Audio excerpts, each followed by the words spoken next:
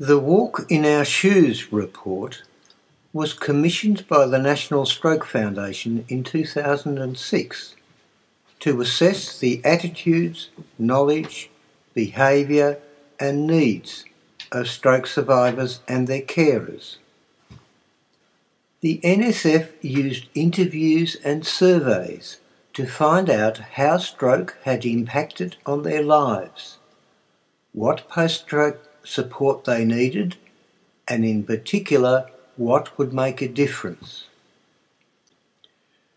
In 2008, the NSF employed consultants to develop a national stroke strategy that recommended the establishment of stroke liaison officers to help stroke survivors and their carers to transition from the hospital system to the community care system. However, from the point of view of stroke survivors and carers living in Australian communities, we have seen negligible improvement in the availability of community support to stroke survivors and their carers, many of whom are still wallowing in our individual black holes. In the words of that venerable physics educator, Professor Sumner Miller, why is it so?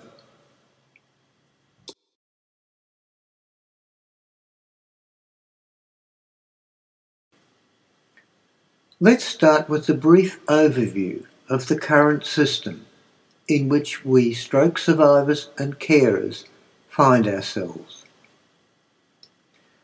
This system can be seen as having two parts, a hospital care system and a community care system in which the major stroke stakeholders operate. The yellow circles show some of the major medical and hospital stakeholders, and the red arrows show the interactions of stroke survivors and carers with those stakeholders. The blue squares show the stroke organisations operating at the national, state and local levels, and the blue arrows show the interactions between those organisations, stroke survivors and major medical and hospital stakeholders.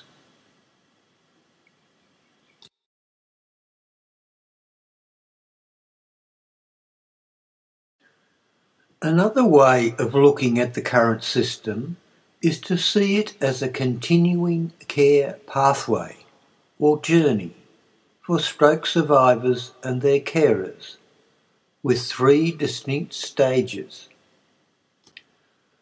The acute care stage commences immediately after the stroke occurs. It includes the ambulance trip to the emergency ward of a local hospital, the diagnosis of the cause of the stroke, the administration of TPA drugs if appropriate, and the stabilisation of the medical condition of the stroke survivor. The subacute stage commences when the stroke survivor is transferred to a stroke rehabilitation facility where, hopefully, intensive physiotherapy, occupational therapy and speech therapy occurs with the aim of recovering enough functionality for the stroke survivor to be discharged into appropriate community care. The community care stage commences when the survivor is discharged from their rehabilitation facility to live in their own home or in appropriate supported accommodation. It is then that the responsibility for ongoing care is transferred from the hospital system to the community care system.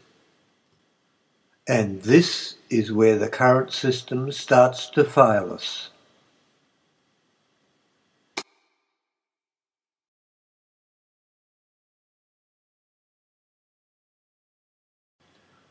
So, who is us?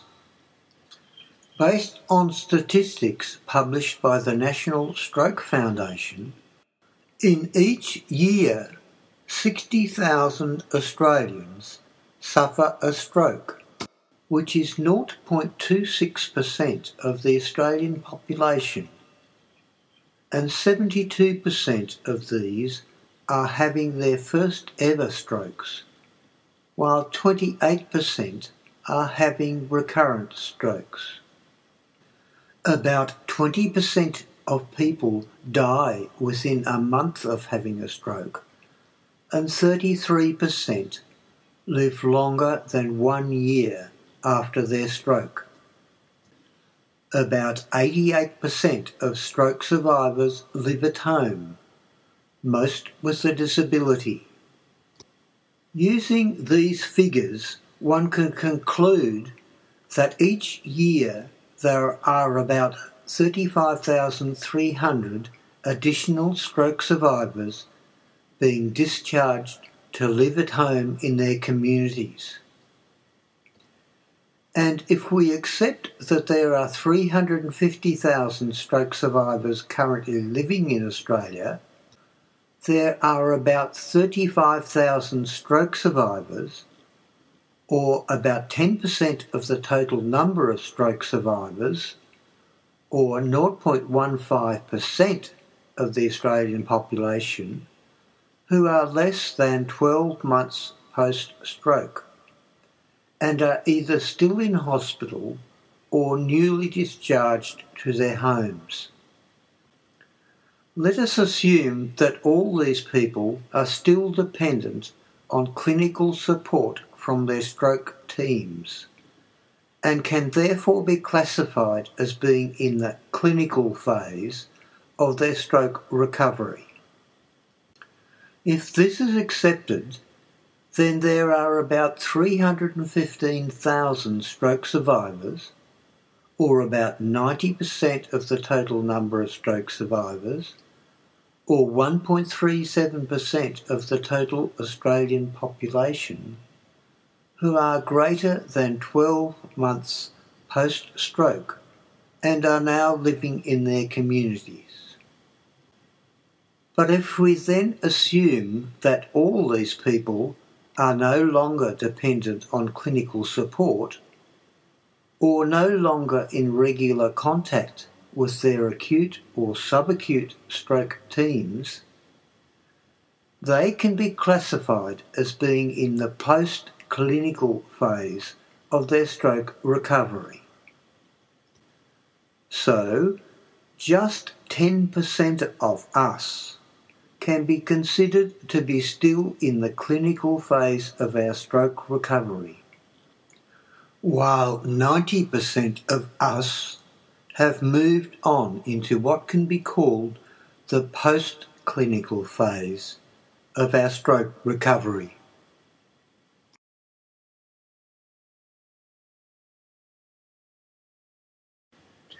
These statistics can be summarised in this figure.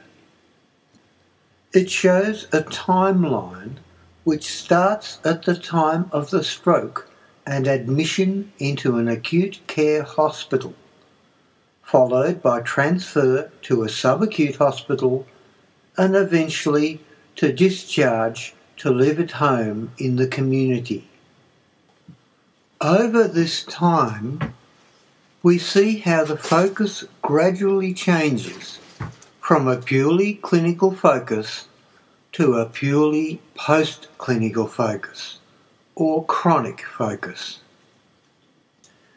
If we draw an arbitrary line at, say, 12 months post a stroke, we can see that there are about 35,000 stroke survivors, or 10% of the total stroke survivor population, who are on the clinical phase side of that line, while there are about 315,000 stroke survivors, or 90% of the stroke survivor population, and 1.37% of the total Australian population, who are on the post-clinical side of that line. This illustrates very clearly that while the first 12 months post-stroke is critical from a clinical point of view, that focus gradually changes to the point where stroke survivors and their carers enter the post-clinical phase of their stroke recovery, which is largely dependent on community care.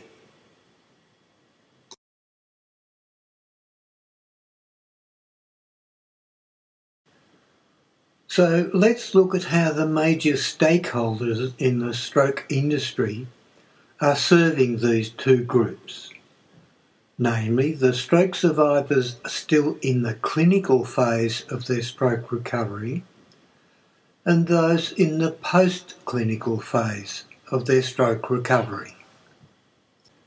First, let's look at the acute and subacute hospitals in Australia, which are responsible for the acute care and subacute care stages of this continuing care pathway for stroke.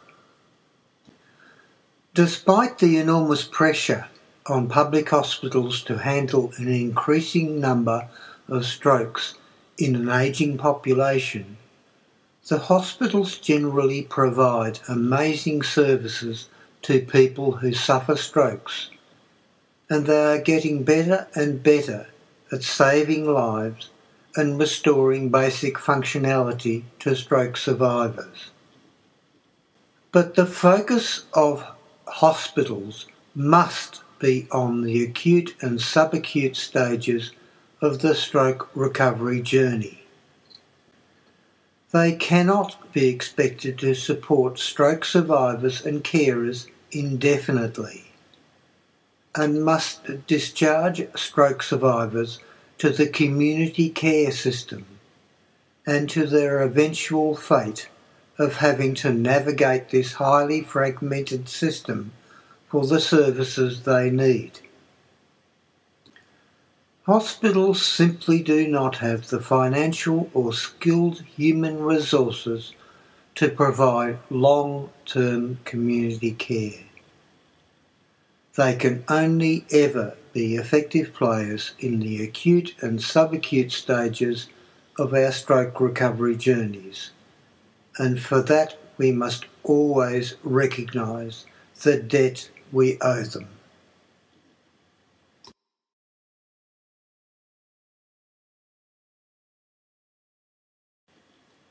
We now come to the community care stage of the continuing care pathway for stroke, where we switch from the relatively short-term reliance on acute and subacute services to a very long-term, in fact a lifelong reliance on post-clinical or chronic care services. In the current system, the community care stage relies very heavily on the clinic-based and clinically trained general practitioners. This clinic and clinical focus, as opposed to a whole of community or post-clinical focus, is the first of many structural problems we face, because different stroke survivors in a given community will receive different standards of primary health care depending on the stroke-related knowledge, skill and experience of the practitioners in their local medical clinics.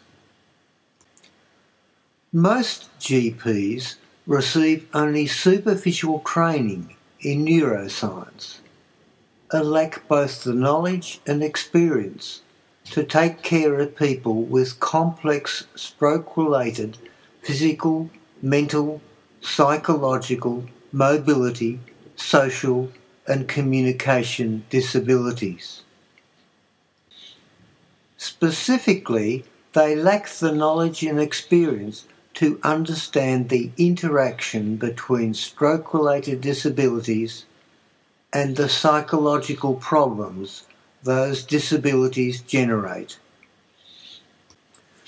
The Medicare funding model that applies to general practice discourages GPs from spending the time and effort needed to address the wide range of problems that stroke survivors might present, and which change significantly over time. And often, access to appropriate medical services are available only to strokies with private health insurance. That funding model also discourages GPs from spending the time and effort to develop and manage long-term care plans for all but the most disabled stroke survivors. For many survivors and carers, the role of GPs is limited to preventing further strokes by prescribing blood pressure, cholesterol, and blood thinning drugs as appropriate. They must rely on referring survivors to other medical professionals to address chronic stroke-related disabilities.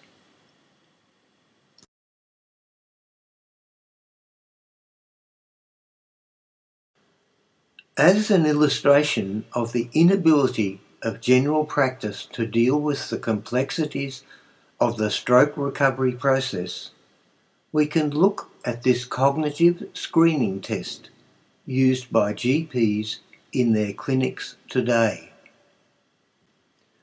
The first point to make is that this screening test was developed by the Dementia Collaborative Research Centre, not the Stroke Collaborative Research Centre, or even the National Stroke Foundation. It is one of the standard protocols used in general practice in Australia today to identify people with dementia, and obviously designed to be conducted within the time constraints of a standard Medicare-funded consultation. But do we need to point out that stroke survivors do not have dementia? We have had strokes.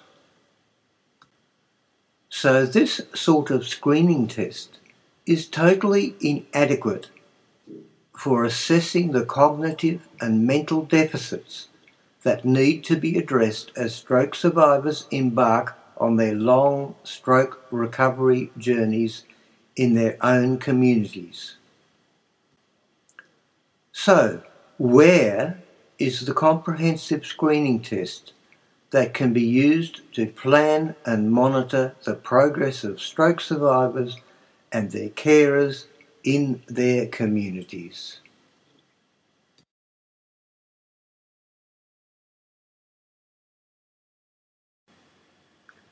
The next major stakeholder is the National Stroke Foundation, which is the national body responsible for stroke in Australia.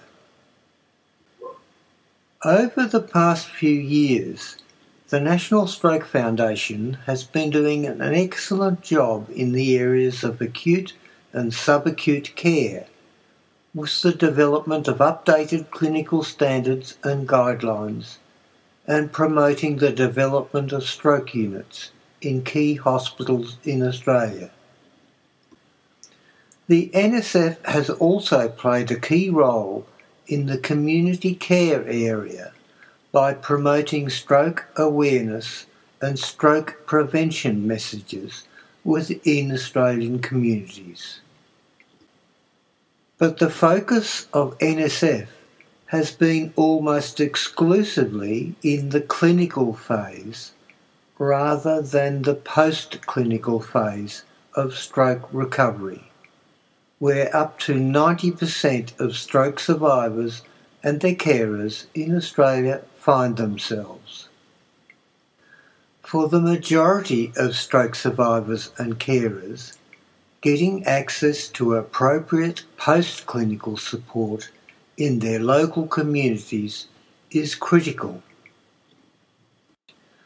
But the issue of continuing community care is extremely difficult for the NSF to tackle, partly because of the way it is funded and the way staff is employed on short-term, project-oriented contracts. Organisations that are structured and funded like the NSF simply cannot provide long-term chronic care to the post-clinical stroke survivors and carers living in their communities.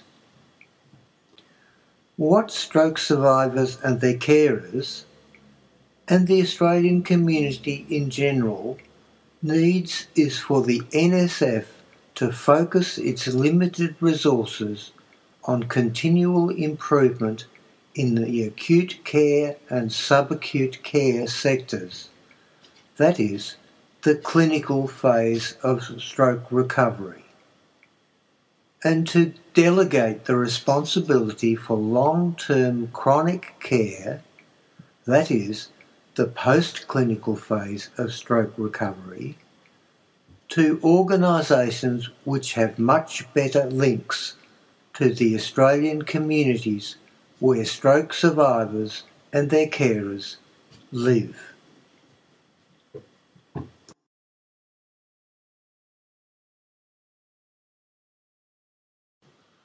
Then there are state-based stroke associations in most Australian states. But these organisations face even more severe problems than NSF with the way they are funded and the way they rely on volunteers rather than full-time staff, and the lack of staff who have credibility with medical professionals and hospitals. This means they are unable to get access to information about stroke survivors when they are discharged from hospital.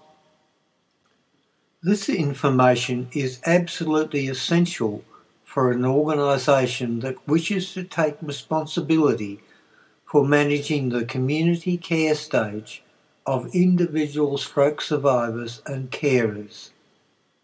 So, state stroke associations cannot provide effective long-term chronic care at the community level either. Ideally, the state stroke associations should focus their limited resources on supporting the operation of community-based stroke support groups, setting up new stroke support groups, the training of stroke support group leaders, and promoting information exchange and contacts between stroke support group members.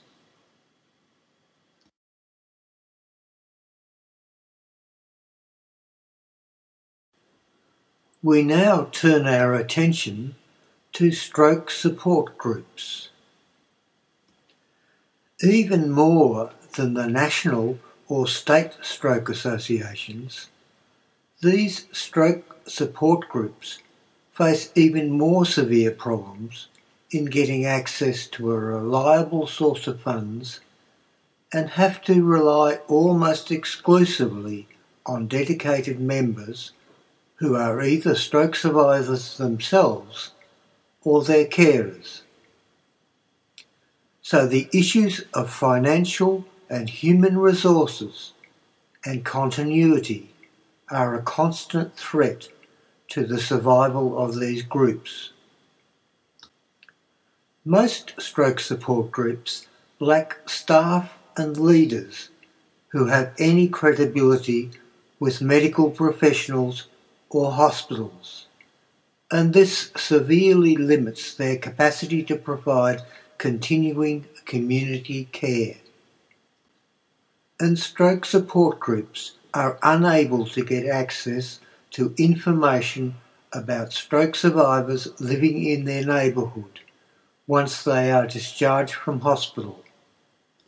So stroke survivors and carers often do not know about the existence of a stroke support group in their own town or suburb. So stroke support groups are unable to do anything for anyone other than their members, and these represent just a small percentage of the stroke survivors and carers living in their community.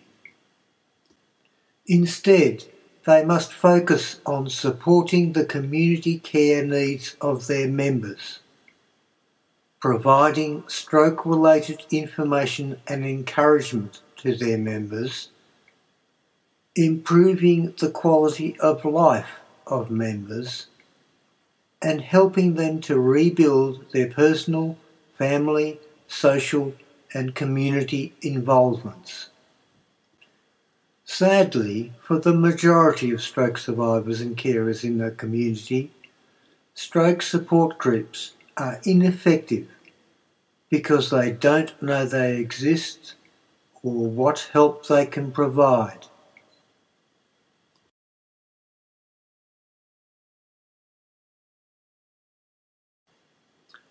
Finally, we have ourselves, our fellow stroke survivors and carers.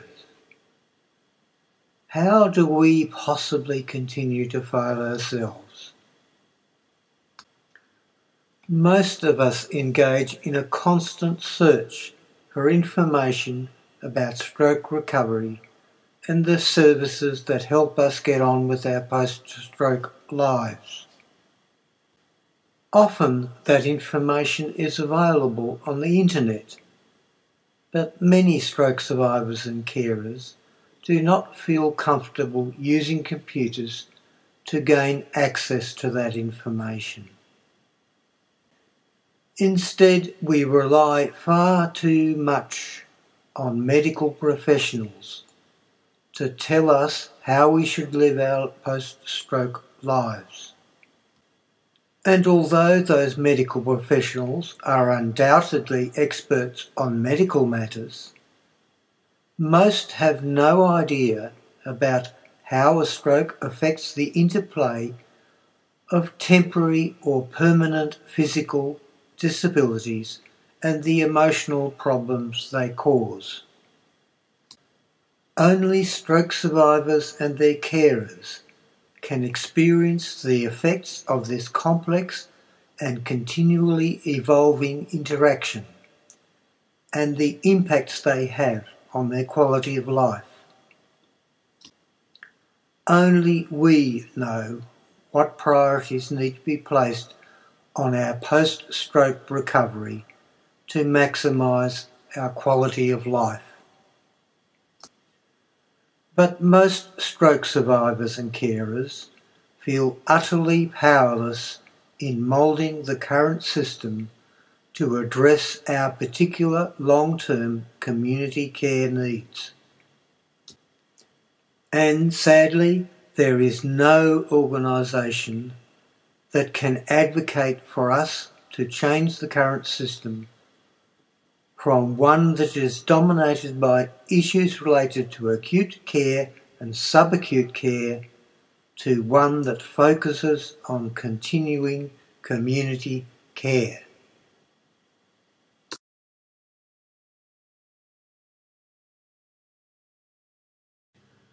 So, if the current community care system consistently fails us, what can be done to change that situation?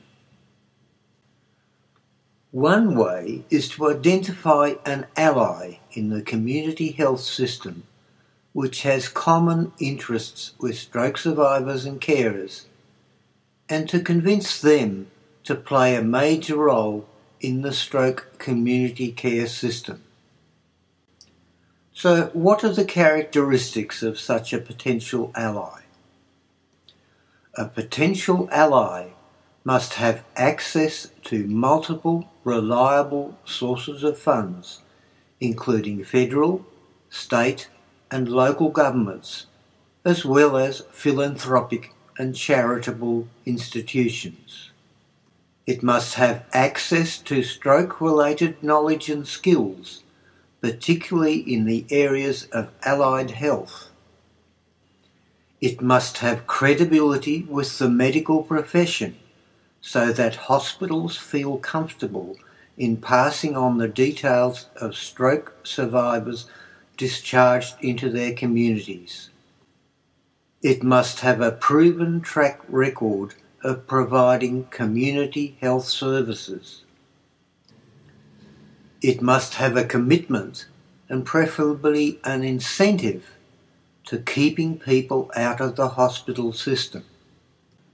And it must have a commitment to improving the quality of life of members of the communities they serve.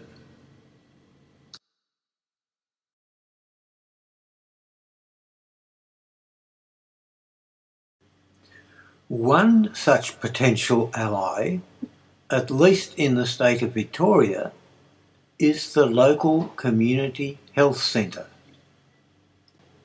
There are 100 community health centres currently operating within Victorian communities.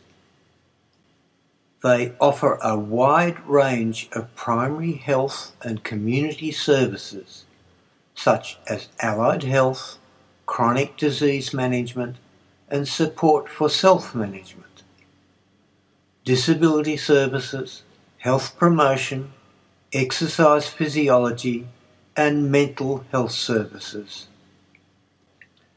Their staff typically includes general practitioners, allied health professionals, nurses, and business managers. They have reliable access to multiple sources of funds within local, state, and federal governments. And they exist, as stated on the Department of Health website, to intervene early to maximise health and well-being outcomes and prevent or slow the progression of ill health. In other words, they exist to keep stroke survivors and their carers out of hospital and to improve their quality of life.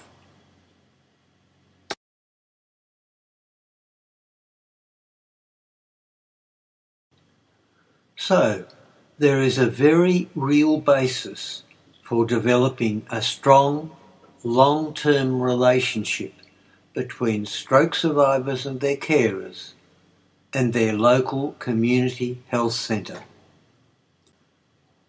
That relationship is based on a common interest or need to keep stroke survivors and their carers out of hospital, to improve the quality of life of stroke survivors and carers, to promote the practice of self-management by stroke survivors and carers, and to get stroke survivors and carers connected to appropriate community and health services, including connecting stroke survivors and carers to their local peer support groups, if appropriate.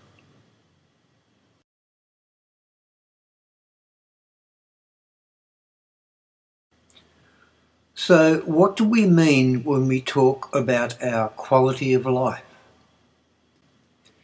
In the medical context, the term quality of life refers to an individual's total well-being, including all emotional, social, and physical aspects of the individual's life. The very least any stroke survivor can hope for is to regain an acceptable post-stroke quality of life. As this diagram illustrates, a person's quality of life may drop catastrophically immediately following a big stroke as physical emotional, mental and communication capabilities rapidly decline. Then, as the acute and subacute professionals get to work, some of that functionality recovers, and the stroke survivor's quality of life slowly returns until the survivor is discharged back into his or her community. But what happens next not only depends on the fighting spirit of the survivor, but on the level of community support the survivor gets in the months and years that follow. Let's consider two possibilities here. In the first case, the survivor has poor community support. That is, limited access to community services to rebuild his or her post-stroke life. What we might expect to happen here is that there is an initial increase in quality of life as the stroke survivor continues to regain functionality. But things eventually become just too hard, and the stroke survivor sinks down into their own big black hole and a lower quality of life. On the other hand, if the survivor has good community support, we might expect a continuing increase in quality of life as the survivor discovers new activities that make use of recovered functionality and provide pleasure and meaning for the remainder of their post-stroke lives.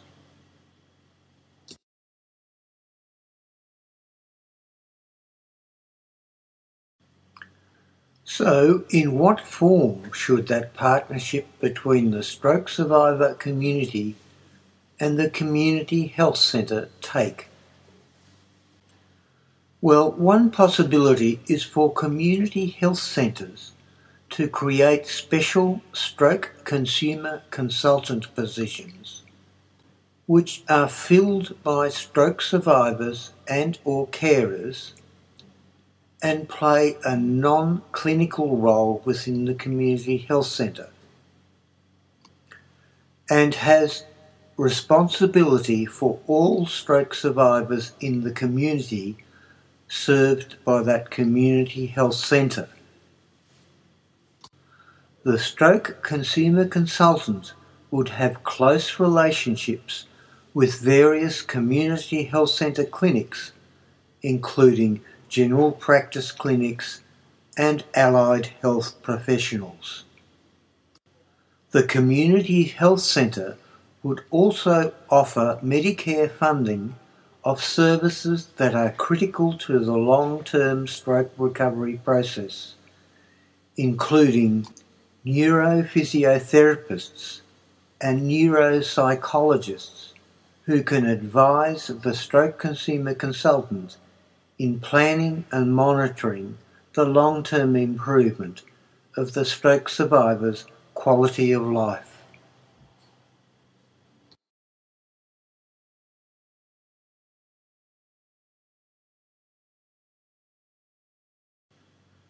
Now let's look in a bit more detail at this stroke consumer consultant position. The first thing to understand that this is a non-clinical role, and the person who fills it will need to be trained in the operation of medical clinics so as to be able to work cooperatively with medical professionals and have basic education in the neuroscience of stroke so that they are well aware of the way a stroke might affect all aspects of a survivor's life. The responsibility of the stroke consumer consultant to stroke survivors and carers should be to provide the long-term monitoring of disabilities that impact on the survivor's quality of life. The linkage of stroke survivors and carers to community and health services that improve that quality of life. The provision of stroke-related information and education to stroke survivors and their carers, and the linkage of stroke survivors and carers to their local stroke support groups.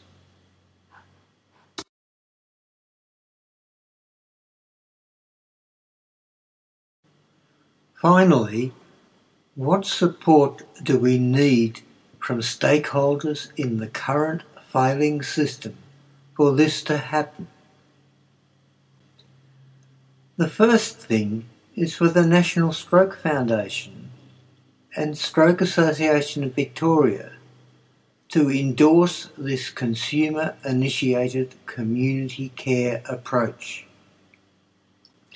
We also need clinic-based GPs to accept that this is a much more sensible approach to providing community-based stroke support than the current system, and to refer their stroke patients to community health centres with embedded stroke consumer consultants.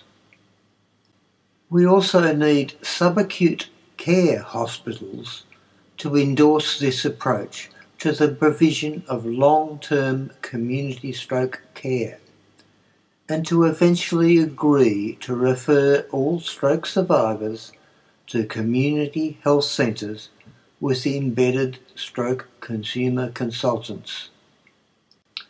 And finally, we need federal, state and local governments to commit to funding this initiative and to promote its national rollout to help reduce the ever-increasing direct and indirect health costs associated with stroke.